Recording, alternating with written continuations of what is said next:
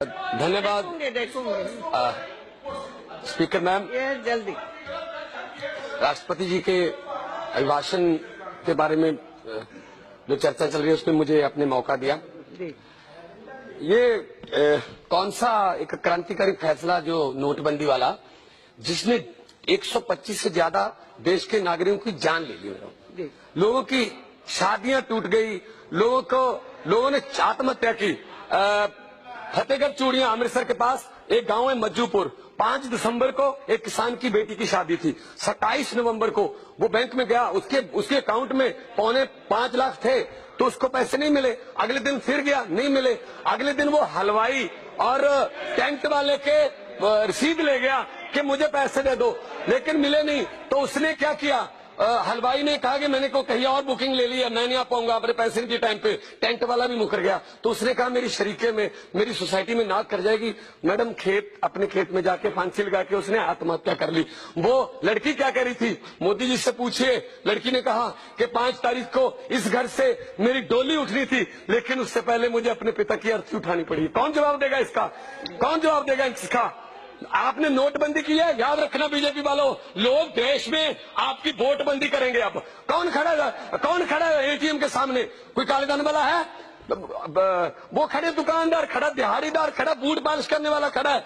जो काले धन वाले हैं उनके अकाउंट नंबर देते हैं हम, स्विस बैंकों के तारीख भी देते हैं, वहां लाओ, उनको लाओ।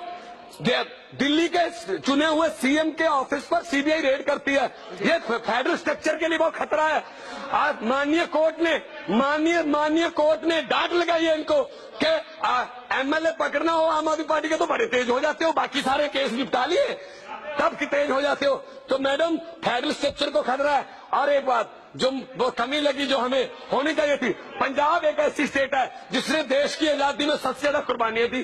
पंजाब एक ऐसी स्टेट है जब देश गेहूं बाहर से मंगाता था तो हरी क्रांति, ग्रीन रेवोल्यूशन के जरिए पंडार अनाज के पंजाबियों ने भर दिए। आज पंजाब का किसान क्राइसिस में आत्महत्याएं कर रहा है। उनके बारे में कुछ बोल देते, पंजाब को कोई स्पेशल पैकेज दे देते। 4 बार मोदी साहब गए पंजाब, 1 रुपया नहीं दिए, 4 बार गए। लुधियाना गए, चरखा दे के आ गए। चरखे तो हमारी दादियों के हमारे घर पे भी पड़े हैं। बातें करते डिजिटल इंडिया की, चरखों से चलेगा? आजकल लोगों ने मैं आपको बता दूं, मैं राष्ट्रपति जी को मिला था जब नोटबंदी के सिलसिले में हम गए थे। मैंने कहा महामहिम ये कैसा फैसला है, 1 दिन कमाने को 4 दिन बदलाने को, 1 दिन कमाने को 4 दिन बदलाने को। तो लोगों ने जुमले बना रखे हैं। लोगों ने, वैसे तो बीजेपी का नाम भारतीय जुमला पार्टी है, भारतीय जनता पार्टी नहीं है। तो मैं ये कहना चाहता हूं कि जापान के प्रधानमंत्री आए, उनसे बुलेट ट्रेन का वादा ले लिया। उसके बाद अगले दिन वाराणसी में 2 घंटे वो आरती करते रहे। तो उसने कहा प्रधानमंत्री ने, अगर आपके पास इतना टाइम है तो बुलेट ट्रेन क्या करनी है आपने? तो ये यहाँ ऐसी बातें करके धर्म की राजनीति कर रहे हैं, नफरत की राजनीति करते हैं, अत्याचार हो रहे हैं लोगों पर। लेकिन क्या है, मोदी साहब कह रहे हैं, प्रधानमंत्री जी कह रहे हैं 50 दिन और दे दो। पहले कहते 100 दिन में काला धन लाऊंगा। काले धन की बात छोड़ो, जो हमारे घर पे था वो भी ले गए, वो भी छीन लिया हमसे। विदेशों से काला धन बाद में ले आना, पहले प्रधानमंत्री जी को बुला लो। पहली बार भारत को एक अंतर्राष्ट्रीय प्रधानमंत्री मिला है, अंतर्राष्ट्रीय। मैं सख्त इस बात पे मैं आपसे आग्रह करूंगा। पंजाब के किसानों के बारे में, पंजाब इंडस्ट्री बर्बाद कर दी, पंजाब का यूथ जो है बर्बाद करके रख दिया इन लोगों ने। आप ही की सरकार है वहां पे। लेकिन पंजाब में अब जो 11 मार्च को रिजल्ट आएंगे, सबसे पहले अमित शाह जी वो उनका बयान आएगा कि हम लोगों के फैसले का स्वागत करते हैं और इस हार की समीक्षा करेंगे। सो मैं मैडम, मैं ये बात आपके जरिए रखना चाहता हूं कि आखिर में एक शेर बोल के मैं बैठ जाऊंगा, मैं ज्यादा टाइम नहीं लूंगा, कि नदी के किनारे अगर ये राजनीतिक लोग बस जाएं तो लोगों के होंठ 2 घूंट पानी के लिए भी तरस जाएं। गनीमत है कि मौसम पर इनकी चलती नहीं, वरना सभी के सभी बादल भी इन राजनीतियों के लोगों के खेतों में बरस जाएं। बहुत बहुत धन्यवाद मैम, बहुत बहुत शुक्रिया। जोश के मणि। लेकिन चारवाक कहते थे यावत जीवेत सुखम जीवेत, ऋणम कृत्वा घृतम पिबेत, भस्मीभूतस्य देहस्य पुनरागमनम कुतः। जब तक जियो मौज करो, जियो, हाँ? जब तक जियो मौज करो। चिंता किस बात की? कर्ज करो और घी पियो। उस जमाने में संस्कार के लिए घी कहा भाई, भगवत मान, नहीं तो और कुछ पीने का कहते हैं।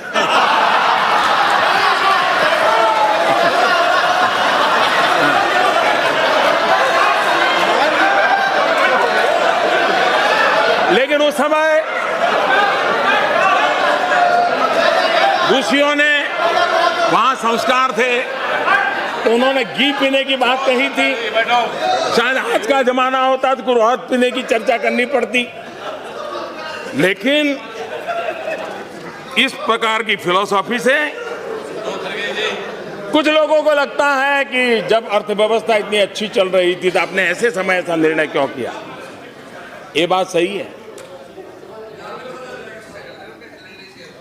आप जानते हैं, अगर आपको कोई बीमारी हो और डॉक्टर कहता है भी ऑपरेशन करना है, ऑपरेशन बहुत जरूरी है, फिर भी वो कहता है पहले भाई शरीर ठीक करना पड़ेगा, डायबिटीज कंट्रोल करना पड़ेगा, ढीकना कंट्रोल करना पड़ेगा, 7-8 दिन और मशवरा, फिर बाद में ऑपरेशन करते हैं। जब तक वो स्वस्थ नहीं होता है ऑपरेशन करना नहीं पसंद करता डॉक्टर, कितनी भी गंभीर स्थिति है। डीमोनेटाइजेशन के लिए यह समय इतना पर्याप्त था कि देश की अर्थव्यवस्था तंदुरुस्त थी। अगर दुर्बल होती हम ये कतई सफलतापूर्वक नहीं कर पाते। ये तब सफल होता है ताकि अर्थव्यवस्था मजबूत थी।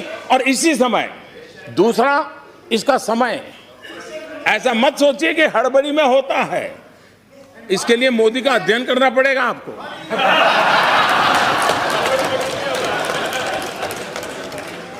और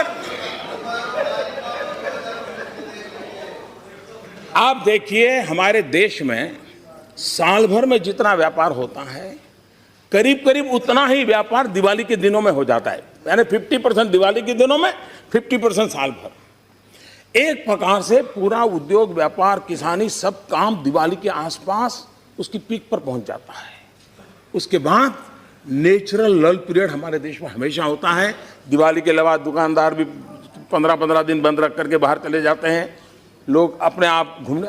ये प्रॉपर टाइम था कि जबकि सामान्य कारोबार ऊंचाई पर पहुंच गया है, उसके बाद अगर 15-20 दिन दिक्कत होती है और फिर 50 दिन में ठीक ठाक हो जाएगा। और मैं आज देख रहा हूं कि जो मैंने हिसाब किताब कहा था उसी प्रकार से गाड़ी चल रही है।